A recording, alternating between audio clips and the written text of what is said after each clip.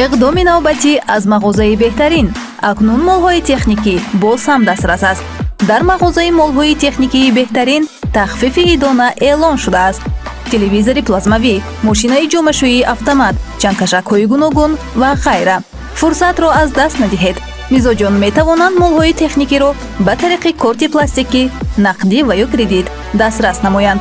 سراغ ما شهر خوجند، کوچه آزادی، پهلوی فاکولته فیلولوژی تاجیک.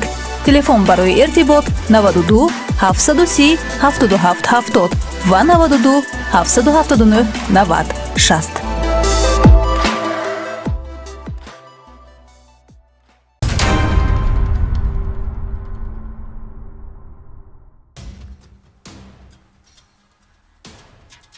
سلام بینندگان ارجمند، با دقت شما نشر نوبتی برنامه اخبار وزارت کارهای داخلی، عاید صادر شوی جنایت‌های آدمکشی، انتقال غیرقانونی واسطه‌های نشأه‌دار، دزدی و دیگر جنایت‌هایی که در هفته سپری شده به قید گرفته شدند پیشکش می‌گردد. در استودیو با شما ما رخسار تولدزاده. توجه نمایید به سرخط گزارش‌های امروزه. قتل راننده مسافرکش در پایتخت، گمانبر با 42 زخمی کرد راننده را به هلاکت رسانید.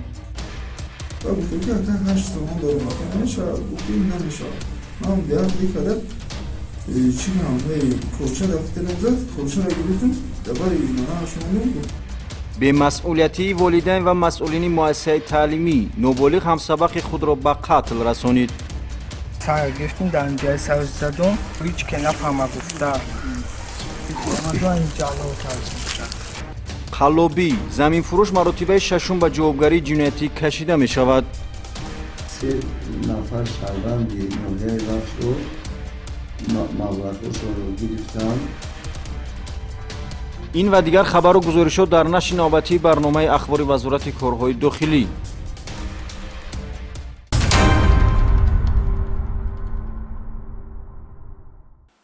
مناقشه و بحث‌های به‌مورد و کینه و عداوت نسبت یکدیگر در بسیار حالت‌ها به فاجعه انجام می‌یابد.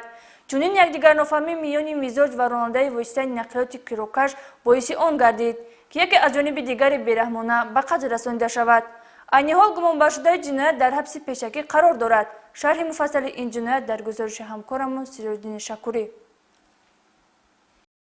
سنه 15 فوریه سال 2021 تخمیناً ساعت 20 بیگاه در کوچه دهاتی پایتخت جسد جوان پسر تخمیناً 20-25 ساله در داخل اتومبیل مسافرکشان تمغه خوندای سالیاریس رقم قید دولتیش 8419 TT05 با علامت‌های مرگ مجبوری، جراحت جسمانی در قسمت گردن، قفس سینه و دیگر عضوهای حیاتاً مهم یافته شد. ضمن سنجش معین گردید که جسد جوانی در خون آغشته شهروند ایرج امامعلی سال تولدش 1990 ساکن ناحیه رودکی می باشد. جهت معین و دستگیر نمودن نفر گمانبر شونده از جانب کارمندان میلیسیای پایتخت یک قطار چاره‌بین‌های اپراتیوی جستجویی و تشخیص کریمینالیستی گذرانده شده در دوام 24 ساعت پس از سرزدن جنایتی مذکور آشکارسازی این جنایتی مدهش تامین کرده شد.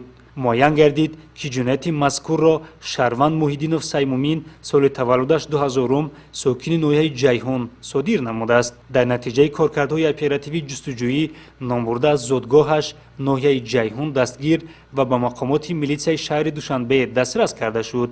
در نتیجه پیشبرد یک قطار کارهای تفتیشاتی سبب و عامل‌های سر زدن جنایت مذکور معین گردید. طبق نشان داد گمانبرشونده محیدینوف سیمومین به شهر دوشنبه آمده چند روز به عیش و عشرت و بهوده‌گردی مشغول شده است. از جمله سنه 15 فوریه سال جاری با مقصد به دست آوردن مبلغ مفت با استفاده زورآوری اتومبیل مسافرکشان یک تاکسی که تحت اداره مرحوم ایرج امامعلی قرار داشت منع کرده با کارد قبلا مسلح گشتش حمله نموده از او طلب مبلغی پولی کرده است. سپس بعد از شنیدن جواب رد به عضوهای حیاتاً مهم ایرج امامعلی 42 مرتبه ضربه زده با یک بیرحمی مخصوص او را در کوچه دهاتی به هلاکت رسانیده است.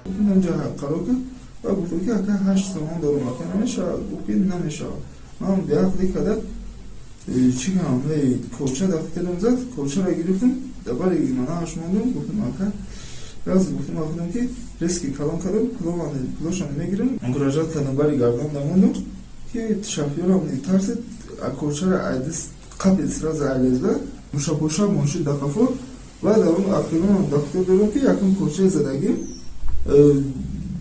همون وقتی کوچه را از دستش کشیده بود دست هم بود کشت تو داده باری گردنش پیش بود یا که اکافو باری کتیف شده زد. بعد از به اتمام رسانیدن جنایتی مخصوصاً وزنین نامبرده از جیب مرحوم 60 سومانی و تلفن موبیلی و دیگر حجت‌های نامبرده را تصرف و از جای حادثه غیب می‌زند که از جانب کارمندان میلیسای پایتخت دستگیر و به شهر دوشنبه دسترس کرده شد. این زمان نسبت گمانبرشونده محیدینوف سیمومین در پروکراتوری شهر دوشنبه طبق طلبات ماده 104 یعنی آدمکشی کودکس جنایتی جمهوری تاجیکستان پرونده جنایتی آغاز کرده شده مورد تفتیش قرار دارد.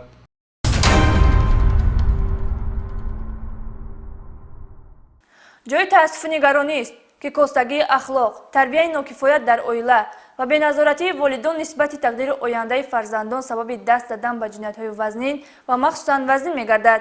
یک نفر نابالغ در ناحیه رودکی برای صادر نمودن جنایت آدمکشی بازداشت گردید. گزارش نوبتی در این خصوص.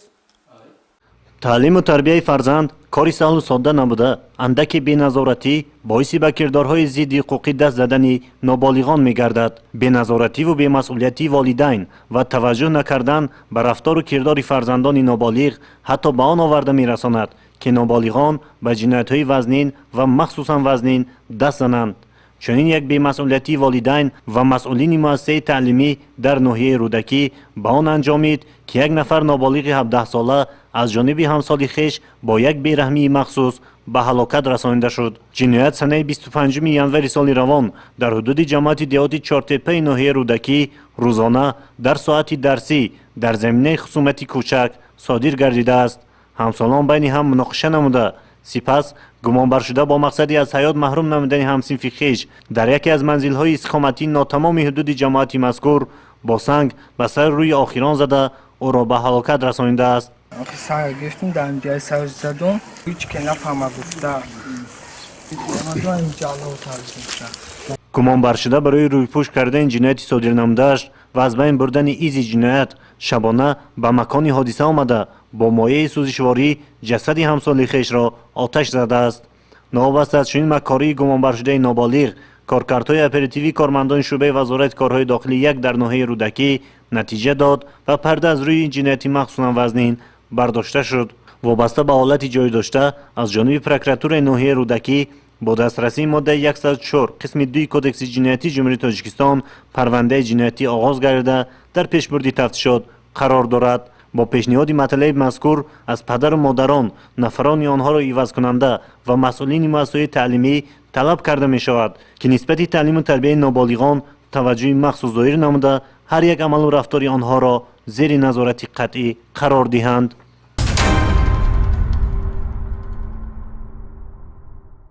از طرف کارمندان شعبه وزارت کارهای داخلی در ناحیه جیهون یک نفر چپ دست دستگیر گردید که او در حدود ناحیه مذکور به دزدی اشیاءهای روزگار مردم دست داده در صادر نمودن 3 لحظه جنایت دزدی گمانبر دانسته می شود.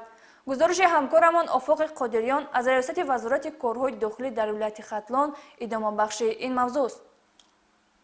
در اساس عریضه شهروندان ناحیه جیهون و شعبه وزارت کارهای داخلی در ناحیه مذکور عایدی از جانب شخصان نامعلوم از منزل‌های استقامتیشان دزدیده شدن مبلغ‌های پولی و اشیاءهای روزگار کارمندان میلیسیا گروهی فوری و جستجویی تشکیل نموده در یک مدت کوتاه گمانبری این جنایت‌های دزدی را دستگیر نمودند.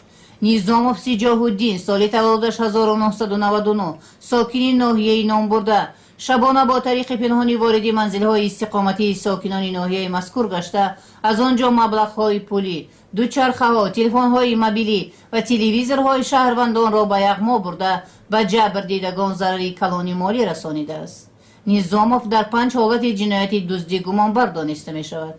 به دست افتادن گمانبر شدگان گواهی آن است که پرده از روی همه گونه جنایت برداشته شده جنایتکاران بی جزا نمیمانند. باعث تأسف است که این نفران گمراه دست به کردارهای خلاف قانون زده سالهای طولانی عمری عزیز خود را пушти панҷараҳои маҳбас сипарӣ месозанд. айни замон вобаста ба далелҳои мазкур нисбати гумонбар шуда низом ҷоҳуддин дар шӯъбачаи тафтишотии шӯъбаи вазорати корҳои дохилӣ дар ноҳияи ҷейҳун парвандаи ҷиноятӣ бо моддаи 244 кодекси ҷиноятии ҷумҳурии тоҷикистон оғоз гардида тафтишот идома дорад.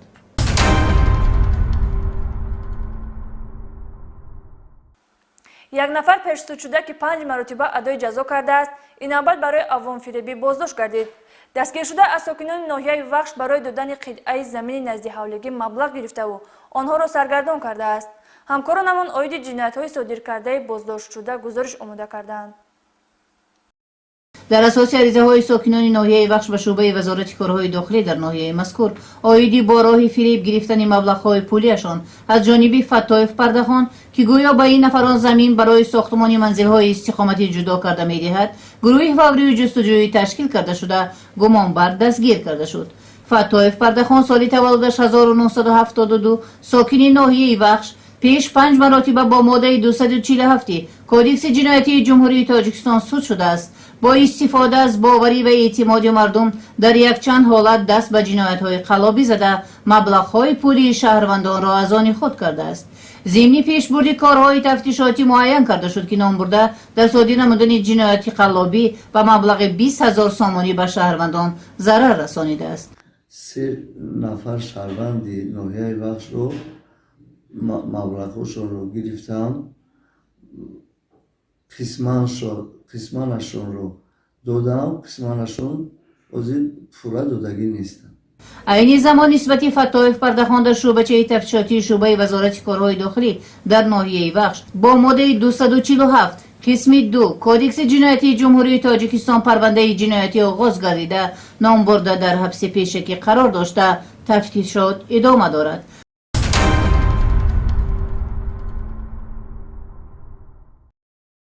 ҳангоми гузарондани чорабиниҳои мақсаднок дар ҳудуди роҳҳои автомобилгарди шаҳри Бухтар аз тарафи ҳайати шахсии раёсати вазорати корҳои дохилӣ дар вилояти Хатлон якчанд далели қоидавайронкуниҳои дағали қоидаи ҳаракат дар роҳ ошкор карда шуд.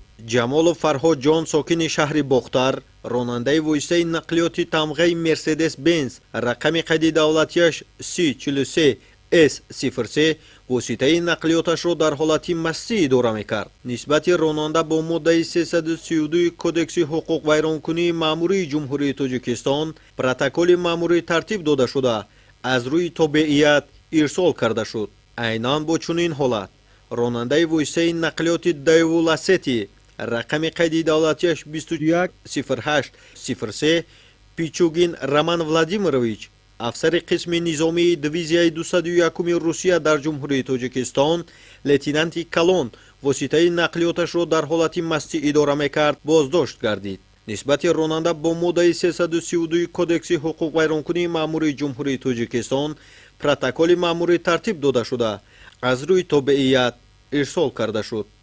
Эркабоев Акбаралӣ сокини шаҳри Бухтар кӯчаи Қазоқон ронандаи воситаи нақлиёташ тамғаи Toyota Avantis рақами қайди давлатияш 5880 RS02 воситаи нақлиётро бе иҷозатномаи сиёҳшиша идора мекард ки нисбати ронанда бо моддаи 330 қисми 2 кодекси ҳуқуқвайронкунии маъмурии ҷумҳурии Тоҷикистон протоколи маъмурӣ тартиб дода шуд.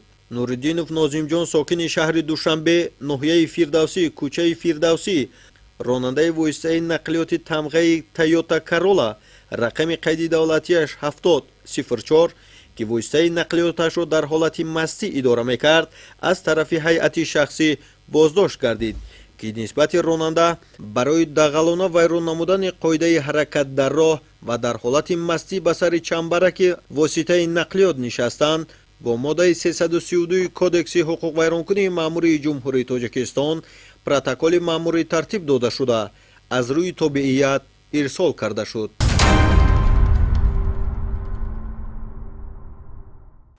дар вилоятҳои Хатлон ва Суғ аз ҷониби бахши шиносномавию ба қайдгирии вазорати корҳои дохилӣ ба як қатор наврасон шиносномаҳои миллӣ тақдим карда шуд.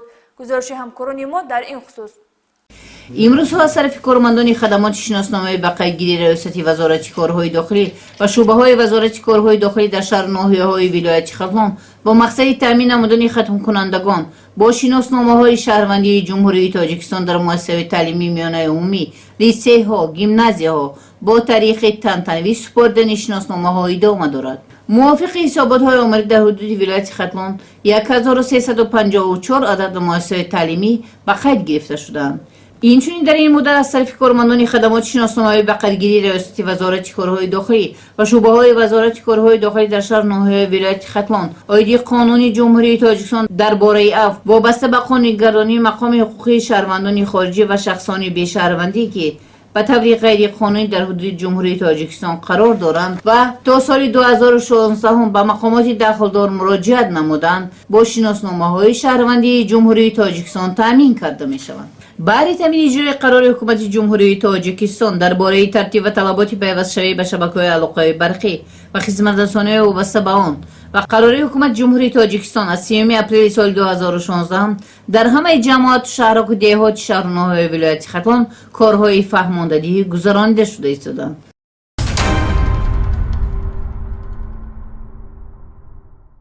бинобар таъмини саривақтии шаҳрвандони ҷумҳурии Тоҷикистон бо шиносномаи шаҳрвандии ҷумҳурии Тоҷикистон аз 3 апрели соли 2016 тибқи қарори ҳукумати ҷумҳурии Тоҷикистон таҳти рақами 207-7 дар бораи тартиб ва талаботи пайвастшавӣ ба шабакаи алоқаи барқӣ ва хизматрасонии вобаста ба он ба имзо расидааст.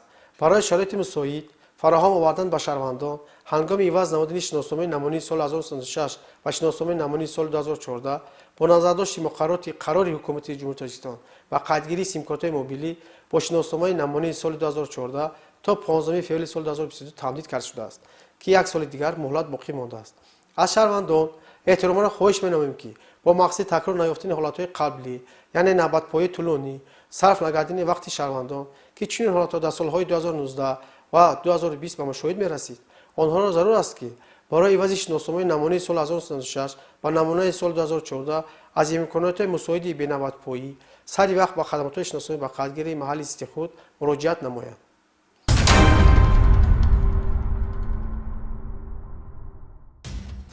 ин буд шарҳи он хабару гузоришҳои ҷиноятие ки аз тарафи кормандони милитсия ошкор карда шуд ва мо манзуратон намудем. тансияту хушрӯз бимонед. хайр.